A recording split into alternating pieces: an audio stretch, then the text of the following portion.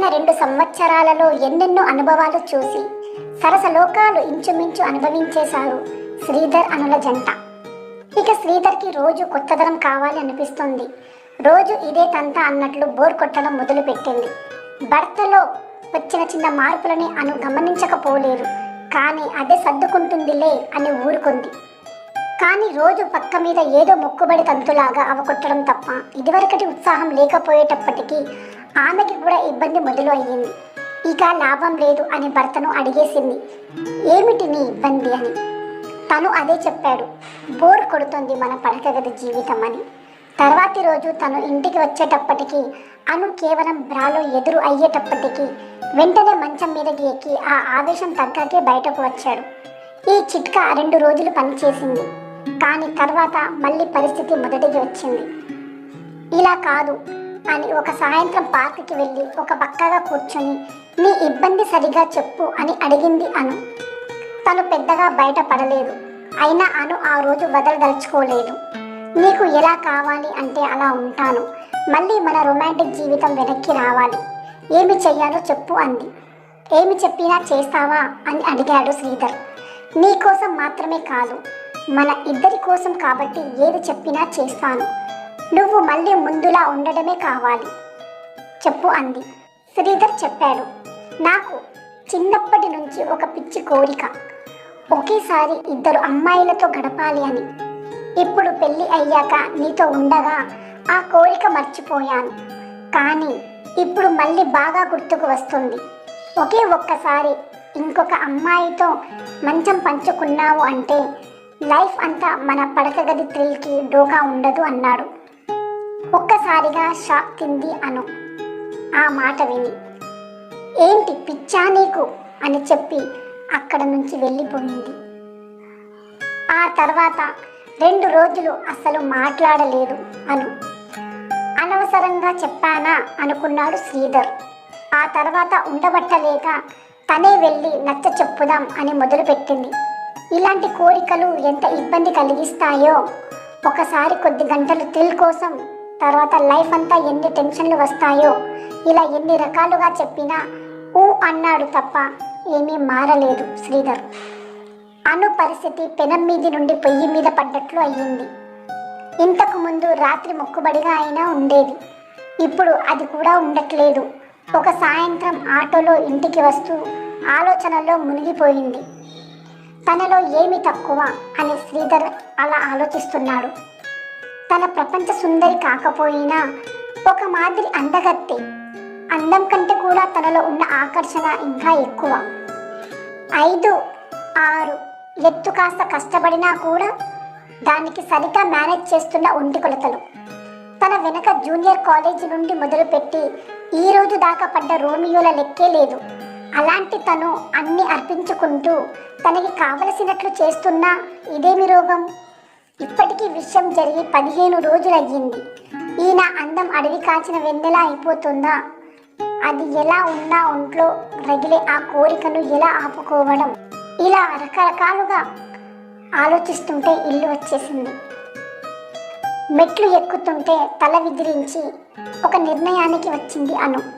సాయంత్రం శ్రీధర్ ఇంటికి రాగానే చెప్పింది, ఒకే ఒక్కసారి ఎక్కడికైనా వెళ్దాం, అక్కడ మనకి తెలియని అమ్మాయితో గడుపుదాం, కానీ చివరికి ఆ ప్రవేశం మాత్రం నాతో మాత్రమే జరగాలి.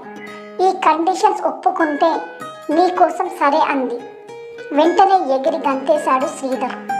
ఇన్ని ఒప్పుకున్నావుగా, చివరగా ఇంకొక సహాయం చెయ్యవా అన్నాడు. ఏమిటి అంది అను. నీ ఫ్రెండ్ గీత కత్తిలాగా ఉంటుంది, పైగా చూపులు కూడా కొంచెం తేడాగా ఉంటాయి, తనను ఒప్పిస్తావా అని అడిగాడు. చెప్పు తెగుద్ది అంది అను. ఇంకా మళ్ళీ ఆ మాట ఎత్తలేదు శ్రీధర్. నా తంటాలేవో నేనే పడతాలే అని చెప్పి అనుని ఎత్తుకొని మంచం మీద పడేశాడు. ఆ సాయంత్రం అనుకి చాలా రోజుల తర్వాత తాపం చల్లారింది. 1 వారం గడిచింది.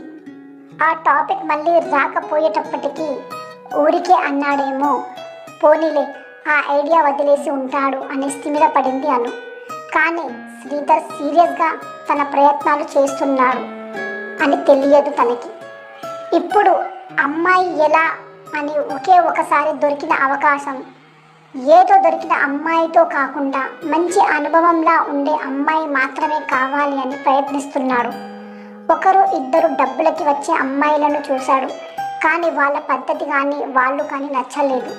సో పెళ్ళి అయినా కాకుండా సంసారం పక్షపు అమ్మాయి కావాలి అని వెతికాడు.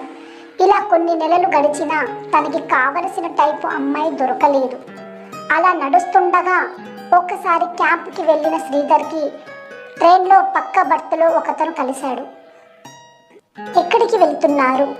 ఇలాంటి మాటలు జరిగాక ట్రైన్ దిగి ఎవరి దారిన వాళ్ళు పోయారు.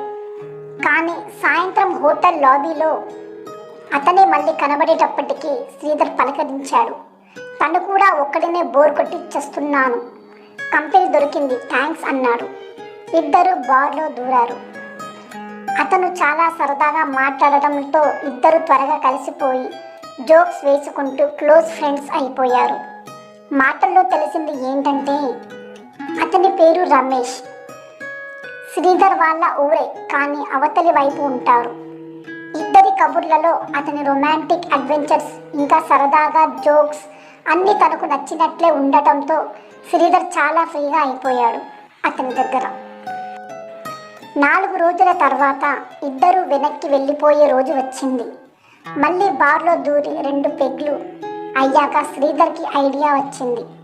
నా కోరికకి ఇతనే సహాయం చెయ్యగలడు, అంతగా నచ్చకపోతే మళ్ళీ ఎలాగో మొహం చూడం అని అనుకున్నాడు. ఇంకా ఆలస్యం ఎందుకులే అని తన కోరిక జరిగిన విషయం అంతా చెప్పేశాడు. అది విన్న రమేష్ మొహంలో ఆనందం కనిపించింది. బ్రదర్, మనం ఇన్ని రోజులు చాలా కలిసాయి అనుకున్నాం, కానీ ఇది కూడానా? నాకు కూడా సరిగ్గా ఇదే కోరిక తోలుస్తోంది చాలా రోజుల నుండి. కానీ అవకాశం చిక్కగా కామ్గా ఉన్నాను. ఇప్పుడు నువ్వు కూడా జత కలిశావు, ఏదో ఒక ప్లాన్ ఆలోచిద్దాం అన్నాడు. ఆలోచనలో టైం వేస్ట్ వద్దు, ఏదో ఒకటి తొందరగా చెయ్యి బ్రదర్ అన్నాడు శ్రీధర్. తల మీద చెయ్యి పెట్టుకొని 5 నిమిషాలు ఆలోచించాక ఒక ఐడియా వచ్చింది. కానీ ఇక్కడ కాదు, రేపు ఆదివారం ప్యారడైజ్ హోటల్కి ఒక్కడివే రా. ఈలోపు నా ఐడియా ఫలిస్తే అక్కడ చెప్తాను అన్నాడు రమేష్. ఇంటికి వెళ్ళిన ఆ ఐడియా ఏంటో ఫలిస్తుందో లేదో అంటూ ఆదివారం కోసం ఎదురు చూశాడు శ్రీధర్. ఆదివారం బ్రేక్ఫాస్ట్ అయిన వెంటనే వెళ్ళిపోయి ప్యారడైజ్లో కూర్చున్నాడు శ్రీధర్. దాదాపు 1 గంట అయ్యాక లోపలికి కనిపించాడు రమేష్.